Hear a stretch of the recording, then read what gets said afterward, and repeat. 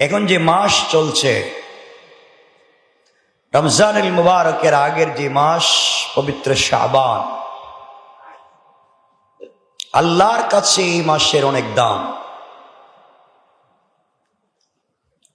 এই মাসকে বলা হয় রমজানের প্রস্তুতির মাস। এই মাসেই রমজানের প্রস্তুতি নিতে হয়। আপনি আমি যদি কোথাও বিদেশে যাই, সফরে যাই, অনেক আগে থেকে আমরা পরিকল্পনা সেট করি, আমরা প্রস্তুতি নিয়ে থাকি। রমজান এমন এক মাস, যেই মাসের এক একটা ঘন্টা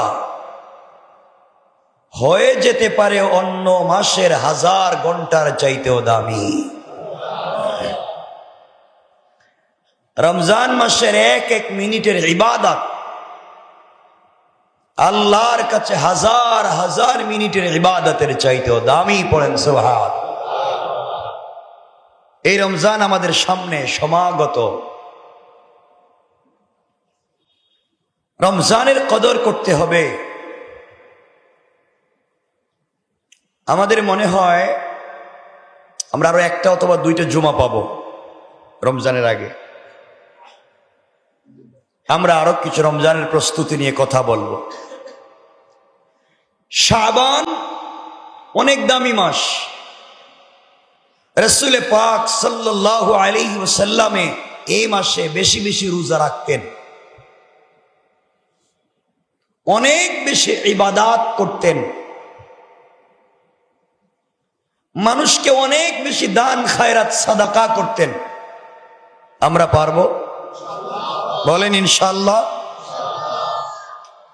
এই মাসে কয়েকগুলা কাজ আমাদেরকে শুরু করতে হবে পরিকল্পনার জন্য। এই মাসে ফরজ সালাতের পাশাপাশি 1 নাম্বার বেশি বেশি নফল সালাত করতে হবে ইনশাআল্লাহ। রাসূল বলেছেন, কেউ যদি শাবান মাসে ফরজ সালাতের পাশাপাশি নফল সালাতকে গুরুত্ব দেয়, আল্লাহ তাআলা তার সওয়াবকে ফরজের মতো করে হয়তোবা তাকে কবুল করে মাফ করে দিবেন।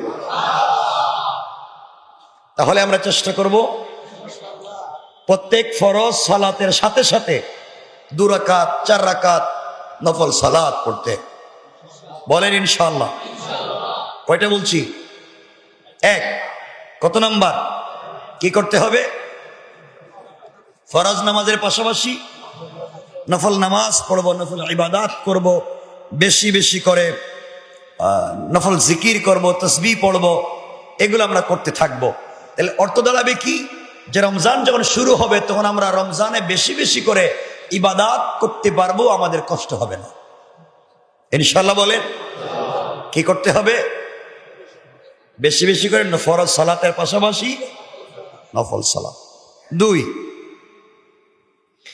বেশি বেশি করে নফল রোজা রাখবো। এই মাসে রাসূল পাক সাল্লাল্লাহু আলাইহি ওয়াসাল্লাম অনেক বেশি রোজা রাখতেন। আপনি আমিও যদি বেশি বেশি রোজা রাখি, তাহলে আল্লাহ তাআলা এই নফল রোজার ওসিলায়, কারণ বান্দার সামনে ফরজ রোজা রাখবে, এই জন্য নফল দিয়ে শুরু করেছি, আল্লাহ কবুল করে আমাদের পুরা জিন্দেগীর গুনাহকে মাফ করে দিবেন। পড়েন সুবহানাল্লাহ। 2 নাম্বার কি করব? নফল রোজা রাখবো। 3 নাম্বার, আমরা যারা যাকাত দিয়ে থাকবো, আমরা যাকাত দিয়ে দিতে পারি এই মাসে। কিন্তু আপনারা যাকাত দেন কখন? রমজানের শেষ দিকে। যারা জ্ঞানী বুদ্ধিজীবী, যাদের বুদ্ধি আছে, তারা এই মাসে যাকাত দেয়। কেন বললাম? কারণ আপনার যাকাত তো ধনী মানুষ নিবে না, যাকাত নিবে গরিব মানুষ, ঠিক না? আপনি যদি তাকে এই মাসে যাকাত দিয়ে দেন, তাইলে সেই জাকাতের পয়সা দিয়ে ইফতার কিনবে, সেহরি কিনবে, সে রোজা রাখবে আপনার জাকাতের পয়সায়, সে সেহরি খাবে আপনার জাকাতের পয়সায়, সে ইফতার করবে আপনার জাকাতের পয়সায়, সে বাচ্চা কাচ্চা নিয়ে রমজান কাটাবে আপনার জাকাতের পয়সায়। আর আপনি যে সওয়াব পাইতেন তার 70 থেকে 300 গুণ আল্লাহ তাআলা বাড়াইয়া দিবেন। এই জন্য মাসি জাকাত দেওয়ার চেষ্টা করে, কারণ আপনার জাকাত নিয়ে গরিব মানুষেরা, অনেক গরিব আছে হয়তো রোজা রাখতে পারবে না, 8-10 ঘন্টা রিক্সা চালাতে হবে, সারাদিন কাজ করতে হবে, বাচ্চা কাচ্চাকে নিয়ে খাইতে হবে। আপনি যদি তাকে জাকাত দিয়ে দেন তাহলে মনে শান্তি পাবে যে আমাকে এই মাসে আর বেশি কষ্ট করতে হবে না, আমার তো খাবার আছে। এই যে তার দিলে শান্তি নিয়ে রোজা রাখবে, সে এইভাবে যতদিন পর্যন্ত শ্বাস ফেলবে প্রত্যেকটা শ্বাসে আল্লাহ আপনাকে সওয়াব দান করবেন। এজন্য আমরা চেষ্টা করব এই মাসে যাকাত দেওয়ার, ইনশাআল্লাহ গরিবদেরকে সহযোগিতা করবার। আপনি মনে রাখবেন, মেহমান ছাড়া না খাওয়া এটা উত্তম না, মেহমান সহ খাওয়া সুন্নাত। অনেক আম্বিয়া কেরাম ছিলেন মেহমান না পাইলে খাইতেন না। এর মধ্যে একজন পয়গম্বরের নাম পয়গম্বর ইব্রাহিম আলা নবিয়্যিনা আলাইহিস সালাতু ওয়াস সালাম। তিনি কোনোদিনও খাবার খাননি মেহমান ছাড়া। না সুবহানাল্লাহর দরকার নেই, কেমন? কারণ হইছে আপনারা তো মেহমান দেখলে তো খাবার বন্ধ করে দিবেন, বলে আমাদের আজকে রোজা সব, ঠিক না? হ্যাঁ, ইব্রাহিম আলা নবিয়্যিনা আলাইহিস সালাতু ওয়াস সালাম একদিন খাবার খেতে বসেছেন, মেহমান নাই। 1-2 ঘন্টা বসতে বসতে খাবার নেই, মেহমান নাই, রাস্তায় বাইরে হইছে। ফেরেশতারা আল্লাহর কাছে বলছে, আল্লাহ তোমার ইব্রাহিম যে ভাব ধরছে মেহমান ছাড়া খায় না, এটা আপনারা দেখাইতেছে। যখন দেখবো কোনো মেহমান নাই, দেখবেন হে নিজে নিজে খায়া ফেলে। আল্লাহ বললেন, আমি ইব্রাহিমকে হানিফ মিল্লাতে আবিকুম ইব্রাহিম ওয়া সাম্মাকুমুল মুসলিমিন, ইব্রাহিমকে মিল্লাতের হানিফ বানিয়েছি, মিল্লাতের পিতা বানিয়েছি, তার পুরো জাতিকে মুসলিম বলে স্বীকৃতি দিয়েছি। তুমি এভাবে বললা? আল্লাহ বলেন, তাহলে পরীক্ষা করো। আল্লাহ রাব্বুল ইজ্জত ওয়াল জালাল এই কথা বলবার পরে কয়েকজন ফেরেশতা আল্লাহর কাছ থেকে অনুমতি নিয়ে রাস্তায় বসে আছেন, ইব্রাহিমকে পরীক্ষা করবার জন্য বসে আছেন। ইব্রাহিম যখন মেহমান পাইলেন না, খাবার রেখে দিয়ে তিনি রাস্তায় বাইরে হইলেন। যারে পায় তারে বলে, ভাই তুমি আমার সাথে আসো খাও। মানুষ বলেন, ইব্রাহিম তো ভালো ছিল, আজকে কেমনে পাগল হয়ে গেল। কিছুক্ষণ পরে তাকিয়ে দেখলেন 3 জন অপরিচিত লোক আসতেছে, সালাম দিলেন, তারাও সালাম দিলেন। ইব্রাহিম আলাইহিস সালাম বলছেন, আপনাদেরকে দেখে তো চিনতে পারলাম না, আপনাদেরকে চিনতে পারিনি, চেহারা সুরতে মনে হয় আজকে পর্যন্ত আপনাদেরকে কোনোদিন দেখি নাই। চলেন না, আপনাদের কি খিদে লাগছে নাকি? তারাও মাথা নাড়িয়ে সায় দিল। ইব্রাহিম 3 জনকে সাথে নিয়ে খাবার খেতে বসলেন, সবাইকে নিয়ে খাবার খেতে বসলেন। সবার সামনে খাবার দিলেন, সুন্নত মতো আগে খাবার দিলেন, খাও। নিজেও বসলেন, সবাইকে নিয়ে প্লেটে বসলেন। এখন সবাই শুধু গল্প বলে, কেউ তো খাবার খায় না। ইব্রাহিম বলছেন, খবরদার, আর গল্প শুনতে চাই না, এবার খাবার খাও। তারা বলল, ইব্রাহিম আপনি খান, শুরু করেন। ইব্রাহিম বলেন, আমার জিন্দেগিতে মেহমানকে রেখে দিয়ে আগে কোনোদিন খাবার খাই নাই, আপনাদেরকে খাওয়া লাগবে। শেষ পর্যন্ত দেখলেন ইব্রাহিম তারা খায় না, উঠলেন, জুড়ে ধরছেন হাতে, জাতা মারি, খাওয়া লাগবে, হাত তুলতে পারবো না, খাইতে হইব। এরা শেষ পর্যন্ত দেখলো ইব্রাহিম জোর জবরদস্তি করে মুখে উঠাইয়া দিবে। এমন সময় তারা 3 জন পরিচয় দিয়া বলছেন, ও পয়গম্বর ইব্রাহিম, আমরা দুনিয়ার সাধারণ কোনো মেহমান না, তোমাকে পরীক্ষা করবার জন্য এসেছি। আমরা আল্লাহর রহমতের ফেরেশতা, দুনিয়ার কোনো খাবার গ্রহণ করি না। আমরা দেখতে চাইলাম আপনি আল্লাহকে কতটুকুন ভালোবেসে মেহমানদেরকে নিয়ে খাবার খেতে চান, দেখতে চাইলাম। এই জন্যে ও ইব্রাহিম, তুমি আবার খাবার খাও। আল্লাহ সালাম দিয়েছে আর বলে দিয়েছে ইব্রাহিমের উপরে আমি খুশি, ইব্রাহিম যেন খাবার গ্রহণ করে। আল্লাহ রাব্বুল ইজ্জত ওয়াল জালালকে জানাইয়া দিয়েছেন, ইব্রাহিম আল্লাহ তাআলা আপনি খুশি, এতে সন্দেহ নাই, আমিও খুশি, কিন্তু আমি কখনো মেহমান ছাড়া খাবার মুখে দিতে পারি না। আল্লাহু আকবার। এজন্যে আমরা চেষ্টা করবো এই মাসে যাকাত দিয়ে মানুষকে সহযোগিতা করবার। মানুষ তো খাবে, রোজা রাখবে, বাচ্চাদেরকে নিয়ে খাওয়াবে, আর সওয়াব হবে আমাদের ইনশাআল্লাহ। এরপরে এই মাস থেকে আমরা রমজানের হিসাব শুরু করে দেব। কি শুরু করে দিব? আর কয়দিন বাকি আছে? কয়দিন, কয় ঘন্টা, কয় মিনিট, কয় সেকেন্ড পরে আমরা সেহরি খাবো? কয়দিন, কয় ঘন্টা, কয় সেকেন্ড পরে আমরা তারাবিহের নামাজ পড়বো? আল্লাহ রসুল বলেছেন, এইভাবে যদি কেউ রমজানকে পরিকল্পনা করে, রমজানকে নিয়ে এইভাবে সে প্রস্তুতির জন্য রমজানের দিনক্ষণ হিসাব শুরু করে দেয়, প্রত্যেকটা হিসাবে আমি তার জন্য সওয়াবের ব্যবস্থা করে দিলাম। যারা ফেসবুকিং করো, ফেসবুকিং বুঝনি? ফেসবুক, টুইটার, ইনস্টাগ্রাম, রাত দিন তো এগুলা নিয়ে থাকো ব্যস্ত, কত কিছু পোস্ট করো। আজকের থেকে এটা লিখবা যে আর কয়দিন রমজানের বাকি আছে, আজকে থেকে কয়দিন হিসাব করবা যে আজকের থেকে কয়দিন বাকি আছে। একবার একটা স্ট্যাটাস দিলেই হবে, প্রতিদিন শুধু এটারে কি করবা? আপডেট করবা, এডিট করবা, সব ঠিক, শুধু তারিখ পাল্টাবা। ঠিক আছে না? কিনা ঠিক কিনা? ইনশাল্লাহ জোরে কও। যারা এগুলো করো, তাইলে বোঝা গেল তোমার বন্ধু বান্ধব যারা আছে এরা দেখবে এই ছেলেটা প্রতিদিন রমজানের পোস্ট দেয়। এই যে তোমার ভিতরে একটা আবেগ জন্ম নিবে, অনেকের ভিতরে তোমাকে নিয়ে আবেগ জন্ম নিবে, কাজ করবে, সবাই এটা দেখে দেখে শুরু করবে। হয়তো এর মাধ্যমে অনেকের কাছে দাওয়াত পৌঁছে যাবে আর তুমি সওয়াব পেয়ে যাবে। সুবহানাল্লাহ বলেন। কত কিছুই তো আপনারা লেখেন, এটা শুরু করতে কয়দিন, কয় ঘন্টা, কয় মিনিট বাকি আছে ইনশাল্লাহ।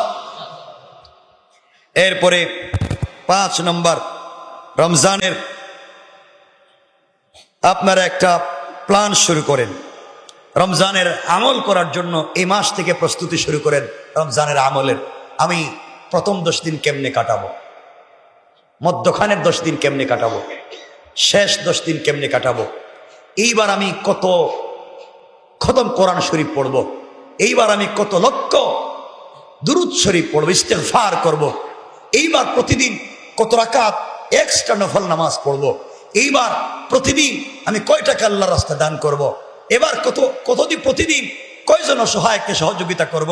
এইভাবে যদি প্রস্তুতি নিতে পারেন, রব বলেন বান্দার দিলে যখন এমন প্রস্তুতি তৈরি হয়ে যাবে, আমি আমার বান্দার জন্য জান্নাতকে প্রস্তুত করে রেখে দেওয়ার ওয়াদা।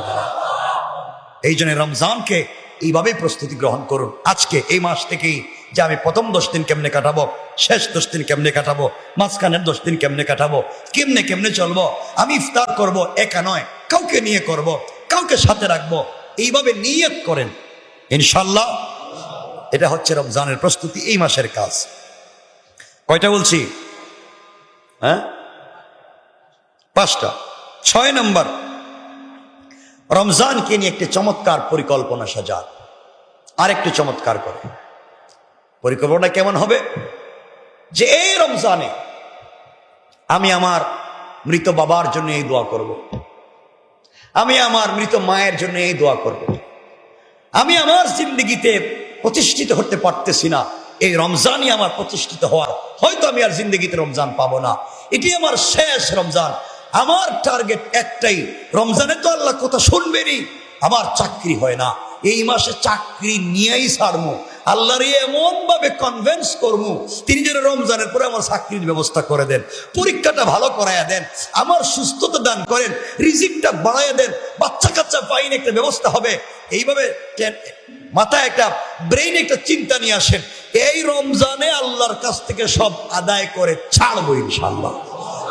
ইনশাল্লাহ বলেন না কেন? ব্যবসা বাণিজ্য প্রবলেম হয়ে যাচ্ছে, এই মাসে আদায় করে ছাড়বো।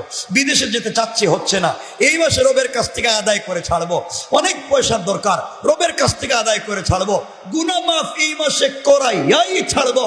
আল্লাহর মকবুল বান্দা হয়েই ছাড়বো, রসুলের প্রেমিক হয়েই ছাড়বো। এইভাবে পরিকল্পনা নেন। রব বলছেন, বান্দা যখন আমাকে পাওয়ার জন্য পরিকল্পনা করে কাছাকাছি আসতে চায়, আমিও আমার বান্দার কাছাকাছি যেতে চাই। সুবহানাল্লাহ বলেন না? পারবো তো ইনশাআল্লাহ? বলেন না ইনশাআল্লাহ?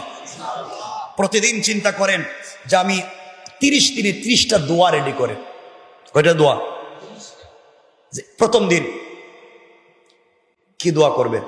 5 ওয়াক্ত নামাজে রেডি করে ফেল যে আজকে সারাদিন এক দোয়া করবো, আল্লাহ আমার বাপকে মাফ করে দাও, এই একটাই সারাদিন। দ্বিতীয় দিন, আল্লাহ আমার মারে মাফ করে দাও। তৃতীয় দিন, আল্লাহ আমার আত্মীয় স্বজন যা আছে সবরে মাফ করে দাও। চতুর্থ দিন, যারা জিন্দা আছে সবরে হায়াত বাড়াইয়া দাও। সারাদিন একই দোয়া। পঞ্চম দিন, তুমি আমার পয়সা পাতি দেও, রিজিক দেও, ইজ্জত দেও, সম্মান দেও, হায়াত দেও, বরকত দেও, সুস্থতা দেও। আরেকদিন, আল্লাহ আমার এইটা দাও। আরেকদিন, আল্লাহ আমার এইটা দাও। আরেকদিন, আল্লাহ আমার এইটা দাও। দিন শেষে বলবেন, আল্লাহ কিচ্ছু চাই না, তুমি আমার হয়ে যাও, আমি তোমার হয়ে গেলাম। এই তো হয়ে গেল। পারবো না ইনশাআল্লাহ? এইভাবে পরিকল্পনা সাজা। আমি কত কথা বলবো, অনেক কথাই তো। এভাবে সাজাও, রমজানকে সাজাও, দেখবা তুমি সময় পাবা না। এই যখন ব্যস্ত তখন মাথায় আসবে, আরে আমি না পরিকল্পনা করছি, আজকে জোর পরে এটা করবো। সকালে সেহরি খেয়ে ঘুমাবেন, কয়টায় ঘুম থেকে উঠবেন? ঘুম থেকে উঠে আপনি কি করবেন? এরপরে কি করবেন? জোহরের পরে কি করবেন? আসর মাগরিবের সময় কি করবেন? ইফতারের সময় কি দোয়া করবেন? কারণ রব ইফতারের সময় দোয়া কবুল করবেন। আপনি কি কি দোয়া করবেন ওই টাইমে রেডি করে রাখেন। এইভাবে পরিকল্পনা সাজান। রমজান কবুল হবে মানে 100% কবুল হবে ইনশাআল্লাহ। ইনশাআল্লাহ বলেন? আমরা তো বুঝি না কেমনি কি করতে। ইনশাআল্লাহ। আরো কত কথা। এরপরে 7 নাম্বার, যদি কারো বিশেষ প্রয়োজনে বিগত বছরের রমজানের রোজা ছুটে গিয়ে থাকে, এটা কাজা করতে চাচ্ছেন, এখনো করেননি, আগামী রমজান চলে আসছে, রমজানের আগে আগে এগুলো করে নেন।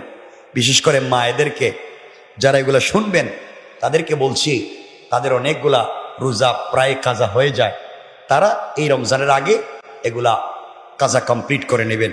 কয়টা বললাম? 7। কয়টা বলছি? 7। বলেন কয়টা? 7। 8 নাম্বার, বেশি বেশি তওবা। বেশি বেশি বলেন, বেশি বেশি, বেশি বেশি নয়, নিজের পুরা দিনটাকে, পুরা টাইমটাকে এইভাবে আপনি তৈরি করবেন যেন আমার এই মাস, এই রমজান 100% আল্লাহ 24টা ঘন্টা এই মাস আমার কাছাকাছি আছেন, কাছাকাছি আছেন। সব কথা, সব বিষয় তার সাথে শেয়ার করে করতেছি। এইভাবে নিয়ত করে আমরা শুরু করি ইনশাআল্লাহ। পারবো তো ইনশাআল্লাহ? আল্লাহ কবুল করে বলেন আমিন। আরো জোরে বলেন আমিন। কেন বললাম? আল্লাহ অনেককে নিয়ামত দেয়, নিয়ামত ধরে রাখতে পারে না। অনেককেই দেয়। আপনি সুস্থ, কত বড় নিয়ামত দিছে। আপনি কথা বলতে পারেন, কত বড় নিয়ামত আল্লাহ। যে কথা বলতে পারে না তারে জিজ্ঞাসা করেন জিন্দেগির কষ্ট কি। যে চোখে দেখে না তাকে বলেন জিন্দেগির কষ্ট কি। যে কানে শুনে না তাকে বলেন জিন্দেগির কষ্ট কি। আপনি 50,000 ইনকাম করেন, যেই বেচারা 10,000 টাকা ইনকাম করতে পারে না, তাকে জিজ্ঞাসা করেন পরিবারের কষ্ট কি। আলহামদুলিল্লাহ বলেন। আল্লাহ আমাদেরকে এখনো ভালো রেখেছেন, আলহামদুলিল্লাহ। জোরে পড়েন আলহামদুলিল্লাহ। আল্লাহ অনেককে নিয়ামত দেন, কিন্তু নিয়ামত ধরে রাখতে পারে না। আফসোস হয় এই রমজানে, এই শাবানেও আল্লাহ যাদেরকে মাফ দিবেন না, এর এক দলের নাম হিংসুক। আমরা সবাই হিংসা করি না, কথা কন নাকি? আওয়াজে মনে হইল খুব ভালো মানুষ আপনারা। হ্যাঁ, হিংসা করেন না, গীবত শিকায়াত করেন না, এলে মাপ পাওয়ার সম্ভাবনা নেই। এই পরিকল্পনা সব নষ্ট হয়ে যাইব যদি আপনার ভিতরে হিংসা থাকে। এজন্যে হিংসা বাদ দিতে হবে, জোরে বলতে হবে, দিল থেকে হিংসা বাদ দিব তো ইনশাআল্লাহ। আমরা নিজে নিজে হিংসার আগুনে জ্বলি। দেখবেন, আগে তো আজকেই বলেছি জুমায়, 2 জন একসাথে পড়ালেখা করছে, হয়তো একজন বড় হয়ে গেছে, একজন ছোট রয়েছে। সে দিলের ভিতরে হিংসা পুষেই রাখছে, শুধু তোমার বদনাম করে, শুধু তোমার সমালোচনা করে, দেশে বিদেশে তোমাকে কিভাবে ছোট করা যায় এই চিন্তায় ব্যস্ত। আল্লাহ যদি কাউকে কান ধরে বড় করতে চায়, আল্লাহ যদি কাউকে উপরে উঠে দিতে চায়, পুরো দুনিয়ার মানুষ তার পায়ে ধরে টানলেও নিচে নামাতে পারবে? পারবে? পারবে না। এই জন্যে কে আপনার হিংসা করলো, কে আপনার গীবত করলো, কে আপনার সমালোচনা করলো, যে সমালোচনা করবে, হিংসা করবে, মনে করবেন এটা একটা শয়তান, এটা টাটকা শয়তান, এর চিন্তা বাদ দেন, হে তার কাজ করুক, আমি আমার কাজ করি। কারণ যে গীবত করে, যে শিকায়ত করে, হিংসা করে, আপনি তার জন্য দোয়া করবেন, সে বেঁচে আছে যদি আপনি ভালো আছেন। কারণ 100% যে গীবত করে, শিকায়ত করে, কিয়ামতের দিন তার নেক আমলগুলো আপনার আমল নামায় চলে আসবে 100%। আলহামদুলিল্লাহ বলেন। তাহলে এইভাবে 2, 4, 5 জন 10 জন গীবতকারী থাকা দরকার আছে না নাই? আছে না নাই? এভাবে 10, 20 জন হিংসুক থাকা দরকার আছে না নাই? আপনি পয়সা দিয়ে তো কারো কাছ থেকে সোয়াব আনতে পারবেন না, আপনি ফিরি ফিরি পাইতেছেন, তাহলে 10, 20 জন থাকুক, ঠিক না বলেন? 10, 20 জন সারাদিন হিংসা করুক, সারাদিনই গীবত করুক, আপনি তো আর কাজ করে সোয়াব পাইতেছেন না, হে তো ফিরি ফিরি আপনারা দিতেছে। আল্লাহ কোরআনে বলছেন, রাসূল হাদিসে বলছেন, যারা গীবত করে, শিকায়ত করে, সমালোচনা করে, চগলখড়ি করে, হিংসা করে, যেটা করলো সেটা যদি না হয়, তার পুরা আমল, যার হিংসা করলো তার আমল নামায় চলে যায়। যে হিংসা করলো, যার হিংসা করলো তার আমল নামায় চলে যায়। পড়েন সুবহানাল্লাহ। এজন্য দেখবেন অনেকে আছে হিংসার আগুনে জ্বলে, দেশে বিদেশে বিভিন্ন জায়গায় চাকরির সেক্টরে দেখবেন আপনাকে হিংসা করে, আপনাকে ছোট করতে চায়, আপনাকে রাস্তায় নামাইয়া দিতে চায়। যদি আল্লাহ বড় করতে চান, কেউ কি নামাইয়া দিতে পারবে? পারবে? যে হিংসুক হিংসা করবে। যারা গ্রামগঞ্জে থাকেন তারা বুঝবেন। গ্রামগঞ্জে দেখবেন একজন গ্রামের হঠাৎ যেভাবে কষ্ট করে সে একটা ভালো জায়গায় গিয়েছে, একটা স্টুডেন্ট লাইফে হয়তো গরিব ছিল, এখন সে ভালো হয়ে গিয়েছে, অথবা এখন সে অনেক স্ট্রাগল করে একটা জায়গা তৈরি করেছে। কিছু লোক দেখবেন তারা হিংসা করে। যারা হিংসা করে তারা দেখবেন এখনো আগের জায়গায় আছে। কথা বলেন না কেন? সে এখনো আগের জায়গায় আছে, ওই কামলাই আছে, ওই জায়গায় হেই আছে, আর তুমি শুধু হু হু করে আগাচ্ছ। এটা করে দিয়েছেন কে? কে? এজন্য হিংসুককে হিংসা করতে দেন, গীবতকারীকে গীবত করতে দেন, শয়তানকে শয়তানি করতে দেন, আর দেখবেন আপনি দেশে বিদেশে পুরো দুনিয়ায় ইজ্জতের মালিক হয়ে যাচ্ছেন। ইজ্জতের মালিক করে দিচ্ছেন কে? আর সে দেখবেন কেমনে নিজেকে এখন কি করবে, তার লাইফ শেষ, পরিবার শেষ, মুখ খুলে তাকাতে পারে না, মুখ দেখে চলতে পারে না। কারণ কি? তার ভিতর জ্বলে ছাই। রাসূল পাক বলেছেন, যারা হিংসা করে আমলকে এভাবে ছাই বানিয়ে দেয়, যেভাবে খড়কুটা পাইলে আগুন ছাই বানিয়ে দেয়, এভাবে হিংসা তার নেক আমলকে ধ্বংস করে দেয়। দেখবেন হিংসা করে, গীবত করে, সমালোচনা করে, সুযোগ পাইলে পুরা জিন্দেগি হিংসার আগুনে জ্বালায় দেয়। ফেসবুকে দেখবেন স্ট্যাটাস দেয়, আমি আজকে জুমায় বলছি, এ আল্লাহর ওলির মতো লিখতেছে, মনে হয় পৃথিবীর বিশ্ববিখ্যাত ওলি, অথচ একটা টাটকা শয়তান। কথা বলেন না কেন? কথা বলেন না কেন? অরিজিনাল শয়তান সারাদিন হিংসা করে। কেমনি একজনকে চেয়ার থেকে নামায় দেওয়া যায়, কেমনি একজনকে বেইজ্জত করা যায়, কেমনি একজনকে এলাকায় ছোট করা যায়, কেমনি। আরে বাবা, ইজ্জতের মালিক তো আল্লাহ। কারে কখন কোন চেয়ারে বসাইয়া দিবে, কারে কখন কোন গাড়িতে বসাইয়া দিবে, কারে কখন কোন বাড়ির মালিক বানাইয়া দিবে, কেউ জানে না। জানেন কে? তুমি শুধু হিংসাই করে যাচ্ছ, হিংসাই করে যাও। হিংসা করতে করতে জিন্দগি শেষ। ফেসবুকে লিখতেছে একবার আল্লাহর ওলির মতো, মনে হয় একবারে ঠাটকা একজন ফেরেশতা। শয়তান আল্লাহর রিজিক আল্লাহ, হে বাস্তব লাইফে তো অরিজিনাল শয়তান, অনলাইনে দেখি ফেরেশতার মতো। আল্লাহ কো হিটা বাটপার, হিটে কিতা, সবাই কোন হিটে কিতা। এমন মানুষ নাই। দেখবেন রাস্তায় বাইর হইলে আপনার সালাম দিত না, সিগারেট খায়, বাপের কাছে গিয়ে বিড়ি খায়, খারাপ। ফেসবুকে ফতোয়া লিখতেছে, এই হুজুর এই হুজুর এই বড় মুফতি, ঠিক কিনা? সব কিছু ফেসবুকে। বাস্তব লাইফে কিন্তু হে টাটকা শয়তান। কথা বলেন না কেন? এগুলা নাই, কিন্তু অনলাইনে হে পিসাব।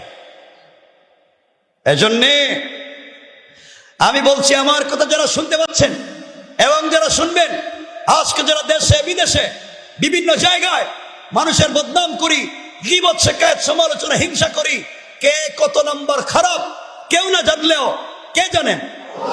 কে জানেন? ভিতরের খবর কে জানেন? এজন্য হিংসুকেরা হিংসা করে যাক, গীবতকারীরা গীবত করে যাক, শয়তানেরা শয়তানি করে যাক, আপনি আপন গতিতে সামনের দিকে এগিয়ে যাবেন। আপনার সাথে আছেন কে? আল্লাহ কবুল করে বলেন আমিন। কথা তো লম্বা হয়ে গেল, ছোট করতে চাইলাম। কথা শুরু করেছিলাম আল্লাহ অনেককে নিয়ামত দেখে নিয়ামতের কদর করতে পারে না, হিংসার আগুনে বন্ধুর পাল্লায় পড়ে। কারণ চলতে গিয়া যদি আপনি ঠিক বন্ধু চিনতে না পারেন, তাহলে বন্ধু আপনার মারাত্মক অবস্থায় নিয়ে যাইব। একটা ছেলে ছিল খারাপ, ভালো বন্ধুর পাল্লায় পড়েছে, খারাপ বন্ধু ভালো হয়ে গিয়েছে, ঠিক কিনা? আগে নেশা করতো, এখন নামাজ পড়ে। আগে দাড়ি ছিল না, এখন দাড়ি রাখে।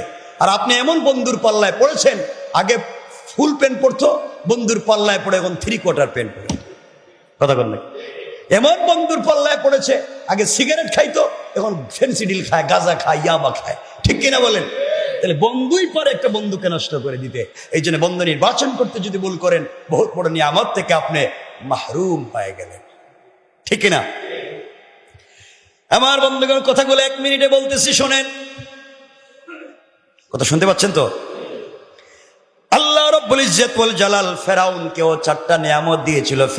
ফেরাউনের মতো ফেরাউনকেও 4টা নিয়ামত দিয়েছিল, কিন্তু সে শয়তানের কারণে সে নিয়ামতগুলা থেকে দূরে চলে গিয়েছে। ফেরাউন কয়েকবার মুসা আলাইহিস সালামের উপর ঈমান আনার চেষ্টা করেছিল। ফেরাউন মুসা আলাইহিস সালামের উপর ঈমান আনার জন্য নিয়ত করেছিল, কিন্তু প্রত্যেকবারই তাকে বাধা দিয়েছিল তার বন্ধু হামান। কে? তাইলে বোঝা গেল, বন্ধু নির্বাচন করতে যদি ভুল করেন, ওই হামান যদি আপনার বন্ধু হয়, আপনারা ফেরাউন বানাইয়া ছাড়বে। কথা বলেন না কেন? ফেরাউন কয়েকবার ঈমান আনতে চাইছে, মুসার উপরে ঈমান আনতে চাইছে, কিন্তু তাকে বাধা দিয়েছে তার বন্ধু হামান। হামানের কাছে গিয়ে পরামর্শ করছে। হামান বলছে, এটা কোনো কত হইল নাকি, মুসলমান হওয়া যাবে না। আমার বন্ধুগণ জিজ্ঞেস করতে চাই, মুসা আলাইহিস সালামের কাছে একবার ফেরাউন গেল, গিয়া বলছে, মুসা, আমি যদি মুসলমান হয়ে যাই তবে আমি কি পাবো? মুসা আলাইহিস সালাম বললেন, আখিরাতের কঠিন আযাব থেকে তুমি রক্ষা হয়ে যাবে।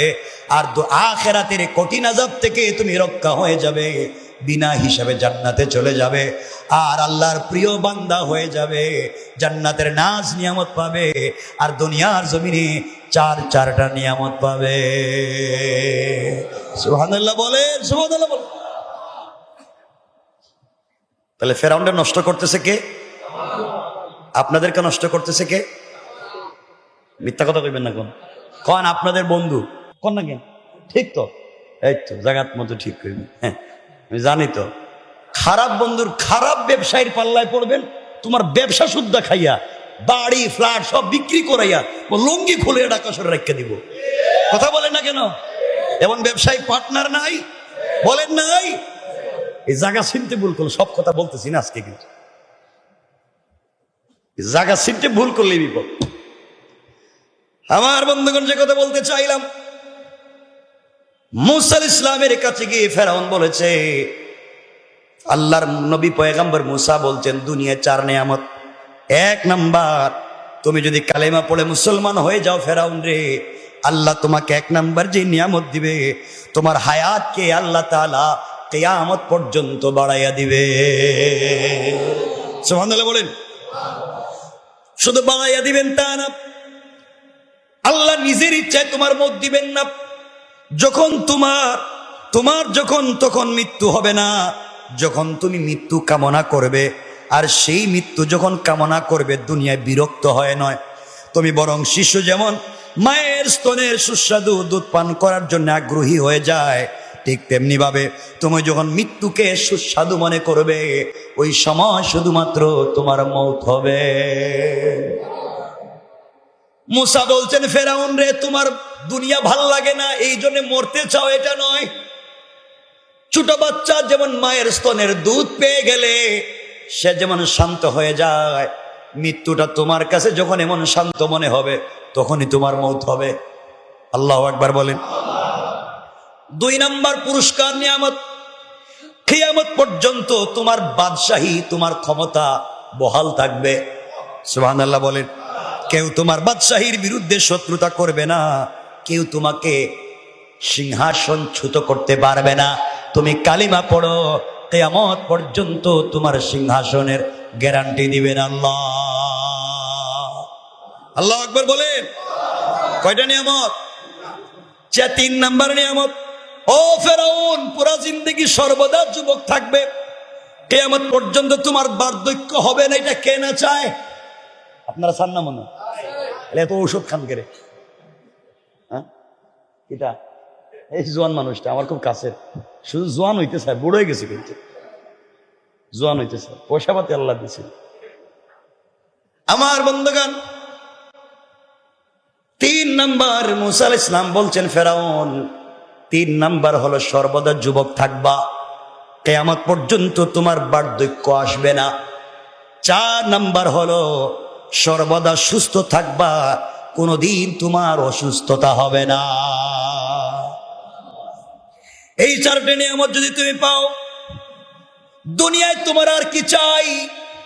আর কি চাই? দুনিয়ায় আমার মৃত্যু হবে না, দুনিয়া হায়াত বেড়ে যাবে, ক্ষমতা পেয়ে যাব, সর্বদা যুবক থাকবো, সর্বদা সুস্থ থাকবো। ফেরাউন বলছে মুসা, দেরি করবো না, মুসলমান হয়ে যাব। কিন্তু কারণ সারা জীবনের অভিজ্ঞতা থেকে বুঝতে পেরেছিল, ফেরাউন সারা জীবনের অভিজ্ঞতা থেকে বুঝছে মুসা কোনোদিন মিথ্যা কথা বলে, কথা বলেন, বলে। সুতরাং নিশ্চয় মুসা যা বলছে সব সত্য। বলছে ফেরাউন, বলছে মুসা 100% মুসলমান হয়ে যাব, একটু পরামর্শের সুযোগ দিন, তারপর মুসলমান হব। মুসা আলাইহিস সালাম বললেন, ও ফেরাউন, পুরো পৃথিবীর মানুষের সঙ্গে পরামর্শ করা আপত্তি নাই, কিন্তু তোমার শয়তান বন্ধু হামানের কাছে যাইও না। মুসা বুঝতে পারছেন, ওই বন্ধুর কাছে গেলে ঝামেলা হইবে। হামানের কাছে যাইও না, বাকি যার সঙ্গে যা পরামর্শ করো। ফেরাউন প্রথমে এই কথা শুনে গিয়েছে তার স্ত্রী হযরতে আসিয়ার কাছে পরামর্শের জন্য। আসিয়া বলছেন, আসিয়া তো একজন আল্লাহর ওলি, একজন কামেল ওলি। তিনি বলছেন, স্বামী ফেরাউন রে, তোমার কি সৌভাগ্য, আমার মন বলছে তোমার মতো সৌভাগ্য পৃথিবীর আর কাউর নাই। তুমি মুসলমান হয়ে যাও, কিন্তু আরেকটা কথা, আমার সঙ্গে পরামর্শ করছো, বন্ধুর কাছে যাইও না। এও জানে, বউও জানে এর বন্ধু কত নম্বরের খারাপ, কথা বলেন না কেন? সে যখন পরিপূর্ণ পাক্কা ইরাদা এই মুহূর্তে কালিমা পড়ে মুসলমান হওয়ার জন্য মুসা আলাইহিস সালামের বাড়িতে যাবে, কিছু দূর যাওয়ার পরে কয় না, আবার বন্ধুর কাছে যাই। এই শয়তান পাইছে, কিছু দূর যাওয়ার পরে কেন বন্ধুর কাছে যাই, একটু জিজ্ঞেস। সে যখন খবর পেল, হামান যখন খবর পেল মুসা আলাইহিস সালাম এই ফেরাউন কালিমা পড়বে, সে চলে যাচ্ছে, সেও রাস্তায় বাইর হইল। ফেরাউন রে বন্ধু বন্ধু বলে ডাকতেছে। ফেরাউন রে যখন কলিজার বন্ধু ডাকছে, ফেরাউনের পিছন দিকে আসতে শুরু করলো। শুরু এসে ফেরাউনের সামনে হামান খোলা তরবারি নিয়া তরবারি রেখে দিয়ে বলল, আগে এই হামানের শিরচ্ছেদ করো। যেই বন্ধু সারা জীবন বন্ধুত্ব করছে, এই হামান রে আগে 2 টুকরা করো। আমি সচক্ষে দেখতে পারবো না, সারা জীবন তুমি বন্ধুরে খুদা বলছি, এখন তুমি আরেকজনের খুদা বলবে, আমি বন্ধু মানতে পারি না। নাউজুবিল্লাহ বলেন। অহংকার ঢুকাইয়া দিছে, দেখছো নি আমার বন্ধু আমারে কি ভাব ধরছে, আমার খোদা বলে দূর আর কালিমা পড়তাম না। নাউজুবিল্লাহ বলেন না। অহংকারে ভরে উঠলো, মুসলমান হতে অস্বীকার করলো, আল্লাহ তাআলা তাকে ধ্বংস করে দিলেন। সুতরাং নিয়ামত পাইলে নিয়ামতের কদর করা দরকার আছে না নাই? আছে না নাই?